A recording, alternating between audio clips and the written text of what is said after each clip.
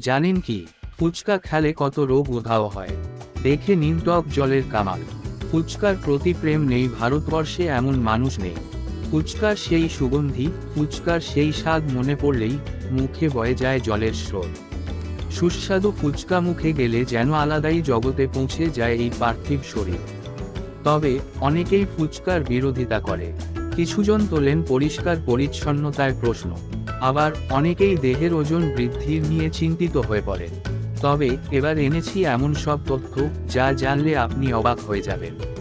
জেনে রাখুন, আপনি আলু, মশলা ও টক জল সহযোগে যে ফুচকা খান, সেই ফুচকা অত্যন্ত উপকারী আপনার শরীরের জন্য। এমনকি নানান রোগও উধাও হয়ে যাবে এই টক জলের সহায়তায়। ফুচকার জলে ব্যবহৃত বিভিন্ন মশলাপাতির সৌজন্যে নিমেষেই অম্বলের সমস্যা দূর হয়ে যাবে। কারণ মশলারূপে ব্যবহৃত বিট নুন, পাতিলেবু, ধনেগুঁড়ো, ধনেপাতা, কাঁচা লঙ্কা প্রভৃতি, যা হজম শক্তি বৃদ্ধি করতে সাহায্য করে। অনেকে হয়তো ভাবেন যে ফুচকা খেলে ওজন বাড়ে।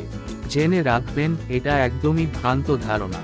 কারণ ফুচকার কারণে মেদ ঝরে। ফুচকার টক জলে পুরনো তেঁতুল, পাতিলেবুর রস থাকে। এইগুলো মেদ ঝরাতে খুবই কার্যকরী। তেঁতুল বীজে রয়েছে অ্যান্টিবায়োটিক শক্তি। আর তাই ফুচকার তেঁতুল জল পান করলে পাবেন ব্যাকটেরিয়া জনিত সমস্যা থেকে মুক্তি। আবার তেঁতুল জল পরিমিত মাপে খেলে তা অ্যান্টিঅক্সিডেন্ট ও অ্যান্টি ইনফ্লামেটর হিসাবে কাজ করবে আপনার শরীরে। কারণ তেঁতুল টার্টারিক অ্যাসিড থাকে।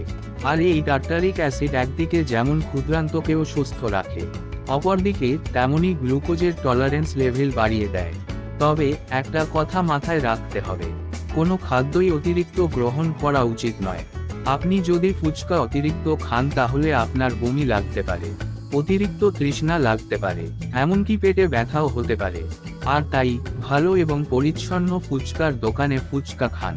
খোলা আকাশের নিচে ফুচকার দোকানে যদি পরিচ্ছন্ন ব্যবস্থা না পান, তাহলে বাড়িতে বানিয়েও খেতে পারেন সুস্বাদু ফুচকা। আমাদের এই ভিডিওগুলি ভালো লাগলে অবশ্যই লাইক এবং সাবস্ক্রাইব করে দেবেন, এবং কমেন্টে জানাবেন আপনাদের জন্য পরবর্তী সময়ে কি ভিডিও বানাবো।